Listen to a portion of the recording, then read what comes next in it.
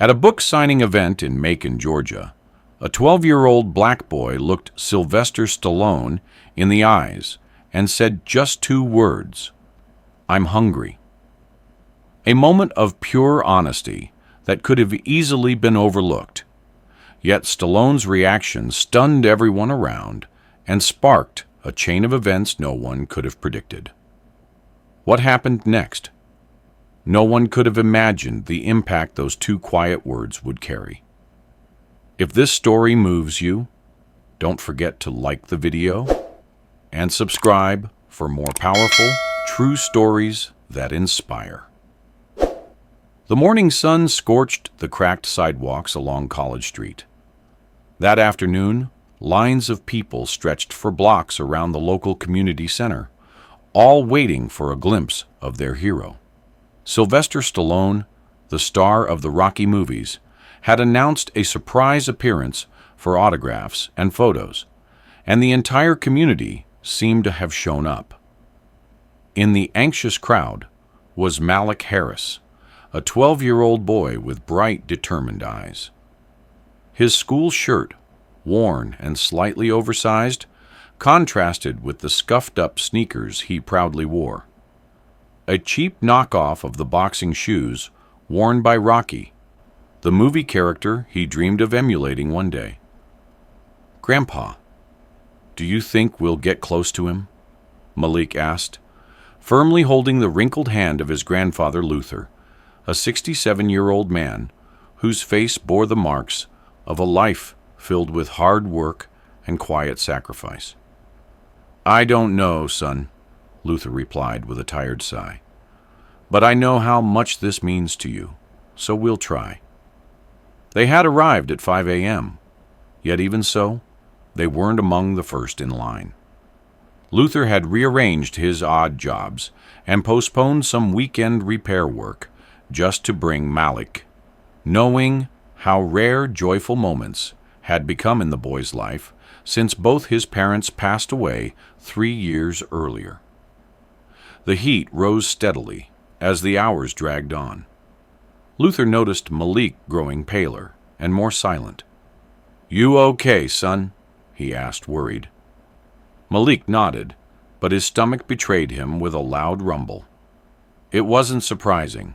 Breakfast had been just half a sleeve of crackers, shared between Malik and his two younger cousins. Money had been especially tight that month after Luther had to buy medication. "We should go," Luther whispered. "I can try to fix us something to eat back home." "No, Grandpa," Malik protested, his face suddenly animated. "We've waited this long. I'm fine, I promise." When they finally reached the space where Stallone was sitting, the security guards tried to rush them. "Come on, kid. One photo and one autograph. We've got lots of folks waiting." Malik froze for a moment before his idol.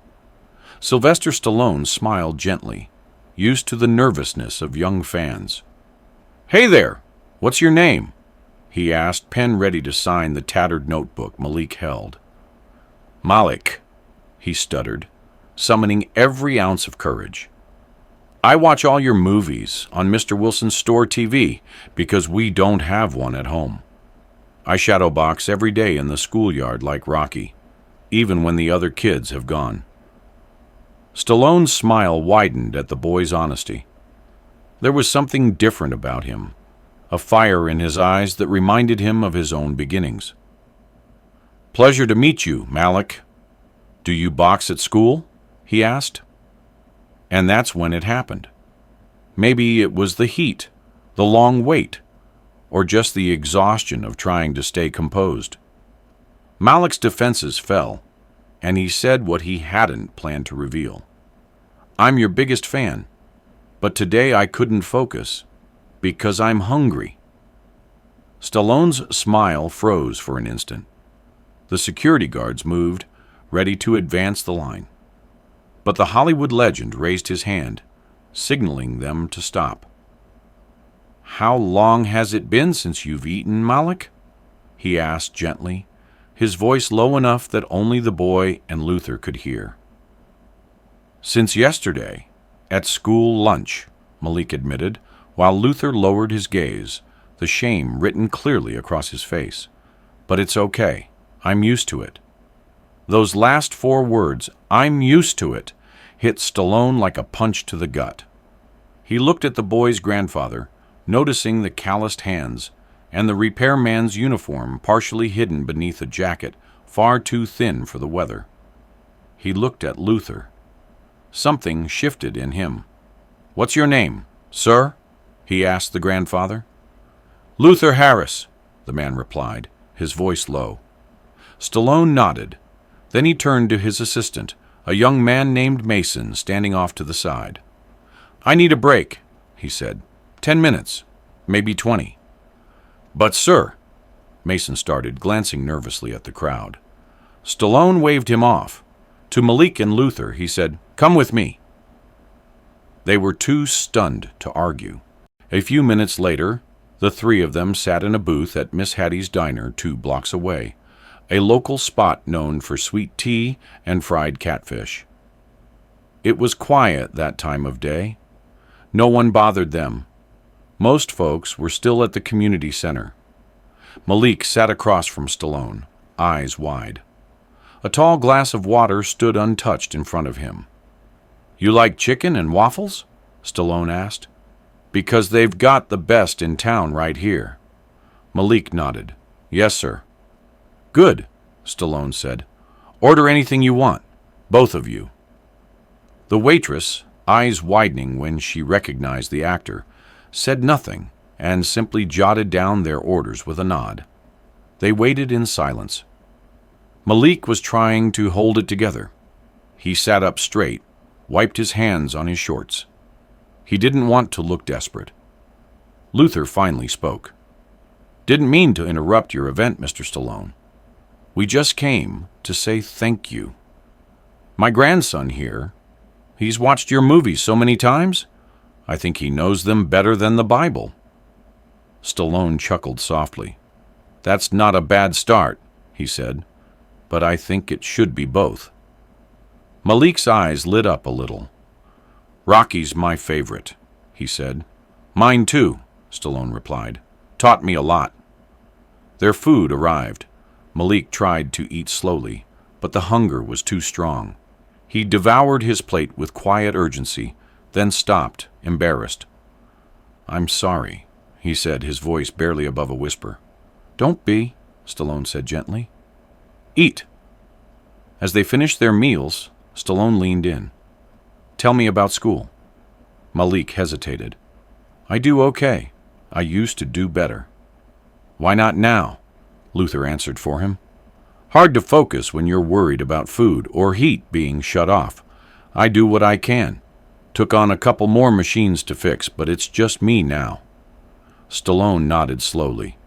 "Where are the rest of the kids?" "Back home. 2 younger ones. I brought Malik, 'cause he just turned 12 last week. Didn't have much for him, but I figured this might mean something." Stallone looked at the boy. "What did you want for your birthday?" Malik swallowed. "A day where Pop didn't have to cry at night." The words hit hard. Stallone sat back, covering his mouth with his hand for a second. He had seen poverty growing up in Hell's Kitchen. But this? This was something else. This was a boy who wasn't asking for toys. He was asking for peace, for dignity. He took out his phone beneath the table and typed a message. "You okay if I ask you something else?" he said. Luther nodded. "You ever heard of Second Wind Project?" Stallone asked. "It's a foundation I help run. Focuses on kids like Malik. Food programs, tutoring, getting folks back in their feet." Luther shook his head. "No, sir." Stallone smiled. "Well, you're going to." He pushed back his chair. "You 2 free tomorrow?" Malik looked up. "Yes, sir." "Good," Stallone said. "I'd like you to meet some people." The next morning came with an unexpected cool breeze, rare for a Georgia August. Malik and Luther stood outside their apartment on Boulevard Street, dressed in their best, Malik in a button-up 2 sizes too big, and Luther in the same work shirt he wore the day before, freshly pressed. They didn't speak much. The weight of anticipation pressed down on them, heavier than the sun that had yet to rise fully. When the white van pulled up to the curb at exactly 9 a.m., Malik expected a driver, maybe one of those Foundation employees in a polo shirt. Instead, Sylvester Stallone himself stepped out, wearing jeans, boots, and a ball cap pulled low. "Morning, champs," he said, opening the passenger door himself. "You ready?" Malik nodded, eyes wide again. Luther took a moment before replying. "You really didn't have to come yourself, sir." Stallone smiled without pause. "If I'm going to do something, I do it right." The ride didn't go to a big corporate building or a film studio. It ended at an aging brick building on College Street with a weathered sign out front, Washington Middle School. Malik blinked. "This is my school," he said slowly. Stallone grinned, thought it'd be good to start where it matters most. Inside, the school was unusually busy for a Sunday. As they stepped into the front office, Malik spotted familiar faces: Principal Jackson, Coach Dunbar, Ms. Wilkins from the cafeteria, all gathered, looking confused but curious. Also in the room were 3 people in suits, 2 women with clipboards, and a man wearing a polo with Second Wind Project embroidered across the chest. Stallone led them all into the library. "Thanks for coming on short notice," he said to the group. "We're not here to talk PR. We're here to fix something." And then he turned to Malik. "You mind if I share what you told me yesterday?" Malik hesitated, then shook his head. "Go ahead." Stallone nodded. "Yesterday, this young man told me he was hungry.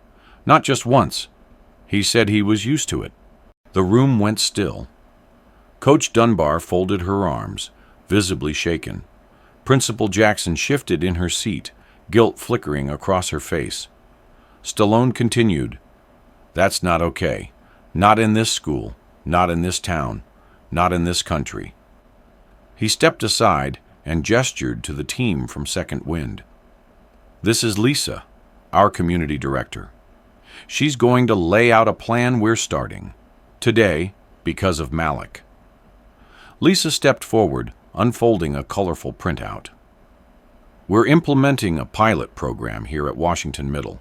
7-day meal support, grocery deliveries for families below the poverty line, after-school tutoring, and a food pantry that's open every afternoon. No paperwork, no questions asked." She paused. "And this isn't temporary. This is permanent. This is systemic." Principal Jackson's voice cracked slightly. "We've tried to get something like this started for years, but we never had the funding." Stallone put a hand on her shoulder. "You do now." The meeting went on for an hour, covering logistics, staffing, and resources. Stallone stayed quiet mostly, listening. When it was done, he turned to Malik and Luther. "There's one more place I want to show you." They drove to a modest office building on the edge of town. Inside was the regional headquarters for the Second Wind Project. The front room had colorful walls, posters about nutrition and literacy, and a playroom filled with books and puzzles. "This," Stallone said, "is where it all starts. And we want you to be part of it." He turned to Luther. "Mr. Harris, I hear you've been doing repairs for folks around the neighborhood?" Luther nodded. "Whatever folks bring me, mowers, wheelchairs, fans, I keep 'em running best I can." Stallone gestured toward the back. "We need a facilities tech here, someone who knows the community, someone reliable." Luther blinked. "Are you offering me a job?" "I'm offering you a purpose," Stallone said, "with a paycheck." They sat down and filled out paperwork, and Lisa explained the benefits package. Malik looked around, quiet and still, taking it all in. When they left the building that afternoon, Stallone walked them to the van. Before saying goodbye, he knelt to meet Malik eye to eye. "What you said yesterday, that wasn't just brave. It changed something. Not just for you, but for every kid in this town who doesn't know where their next meal's coming from." Malik shifted on his feet, still not quite sure how to process it all. "Why me?" he finally asked. Stallone thought for a second. "Because sometimes the smallest voices say the biggest truths, and someone's got to be the first." By the end of the week, the Washington Middle School pantry had shelves stocked with beans, rice, canned vegetables, bread, and fresh produce donated from local grocers. Students were sent home with weekend meal kits. Malik noticed it first in the cafeteria. Kids who used to pretend they weren't hungry now actually ate lunch without shame. His classmates started asking questions. "Did that really happen? Did Rocky really show up at your school?" He answered quietly, but his story spread faster than he could control it. Coach Dunbar pulled him aside after gym one day. "You know what you did, don't you?" Malik shrugged. "I said I was hungry." "Exactly," she said, patting his shoulder. "And look what happened." Meanwhile, Luther had started his new job. He arrived early, stayed late, fixed anything that needed fixing, and trained 2 volunteers from the neighborhood in basic repair skills.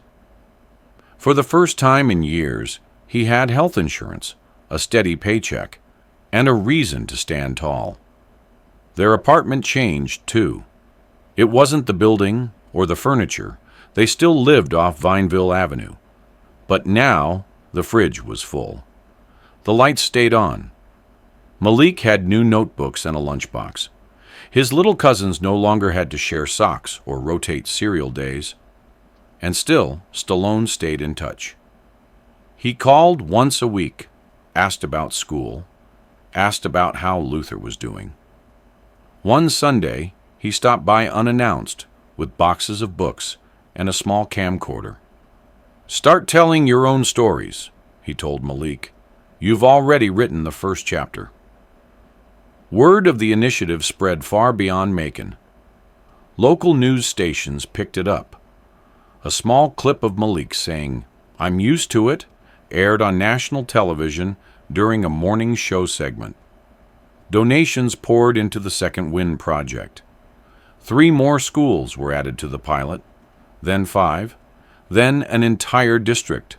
6 months later, in a packed auditorium at Mercer University, Sylvester Stallone stepped up to the podium during a town celebration.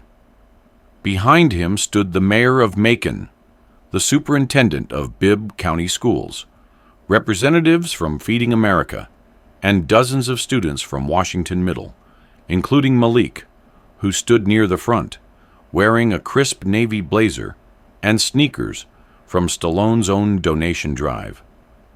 Stallone took a deep breath, scanning the audience. 6 months ago, a boy told me he was hungry, and I stopped everything I was doing, not because I'm a hero, but because sometimes you just have to listen.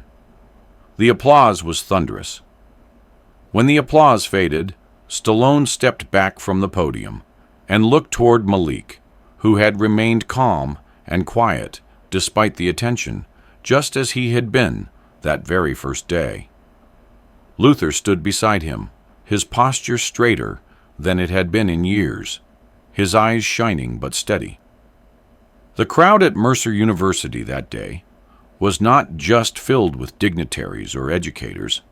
It was filled with cafeteria workers, single moms, retired veterans, bus drivers, janitors, and church volunteers, all of whom had watched this story unfold from the inside.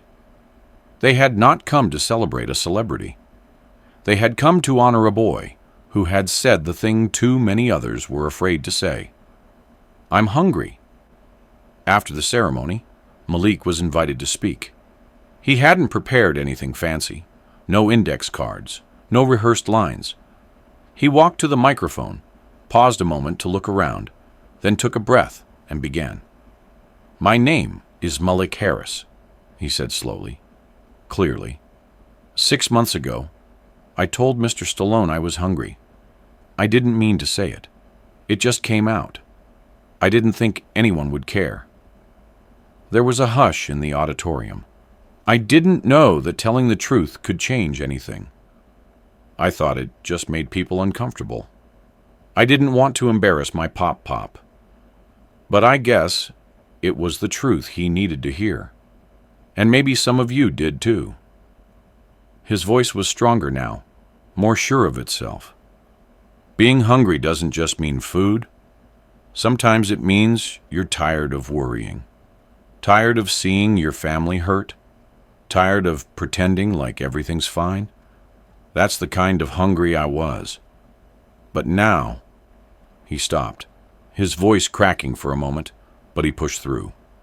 Now I know the truth doesn't just hurt. It also heals.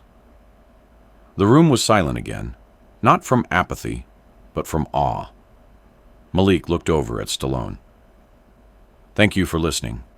Thank you for stopping that line, for not brushing me off. Thank you for seeing more than just a hungry kid."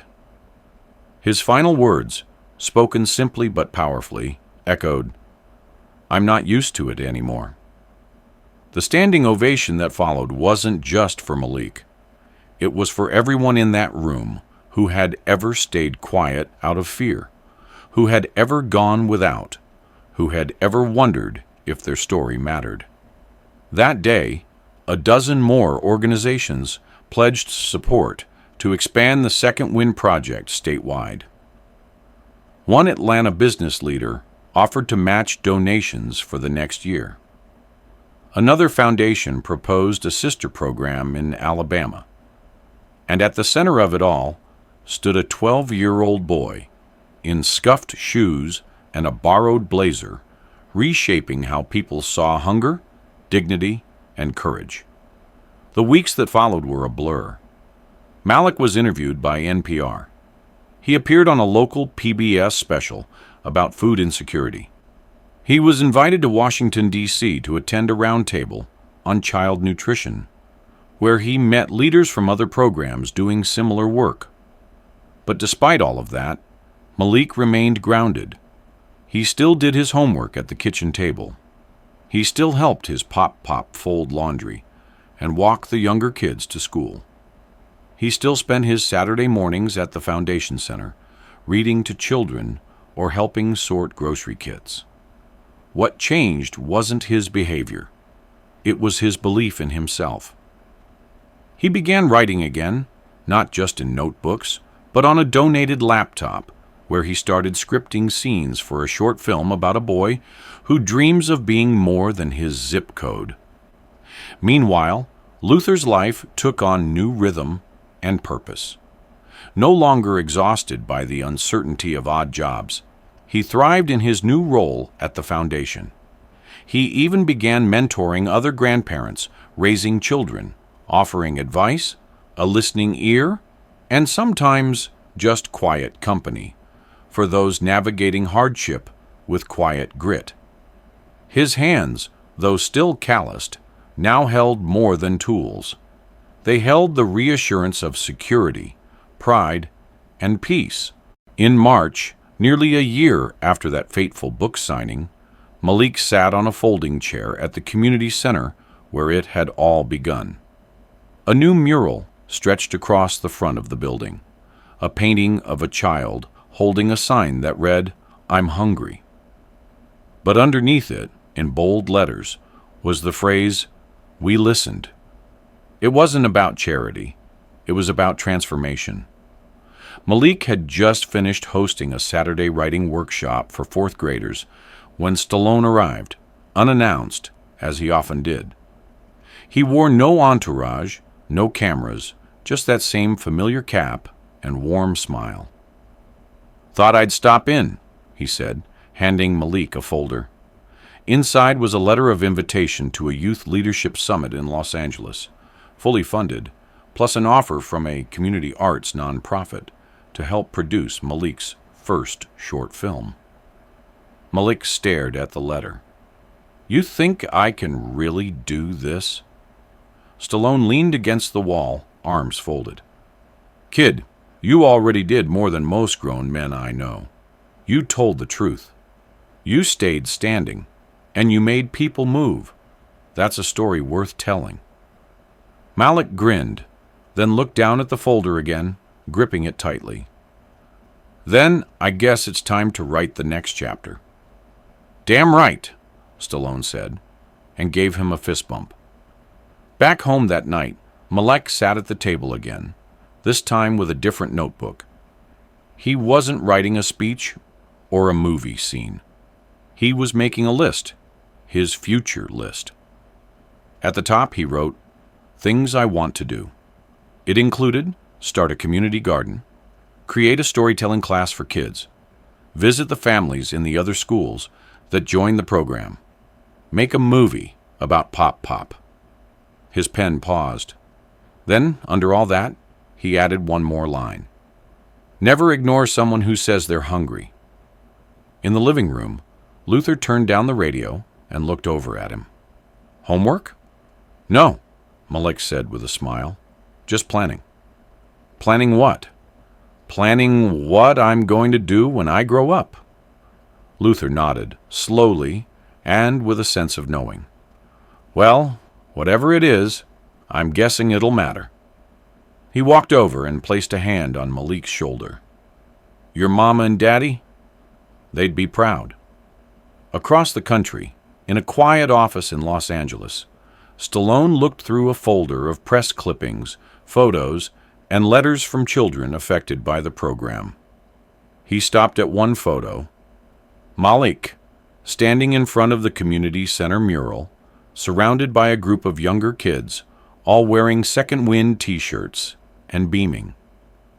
He smiled, then pulled out his phone and opened a message from Malik, received just a few days earlier. It read, "Thank you for listening." That's all it took, just one person to listen. Stallone stared at it for a while before typing back, "You listened too. And now the world hears you." In a world full of noise, it had all begun with one quiet, vulnerable truth. "I'm hungry." A simple sentence, spoken by a boy who wasn't asking for pity, but for dignity. A boy who believed that maybe, just maybe, someone would stop long enough to listen. And someone did. From that moment on, everything changed. Not with fanfare, not with headlines, but with community, courage, and compassion. And for Malik Harris, Pop Pop Luther, and thousands more, hunger became not the end of their story, but the beginning of a greater one.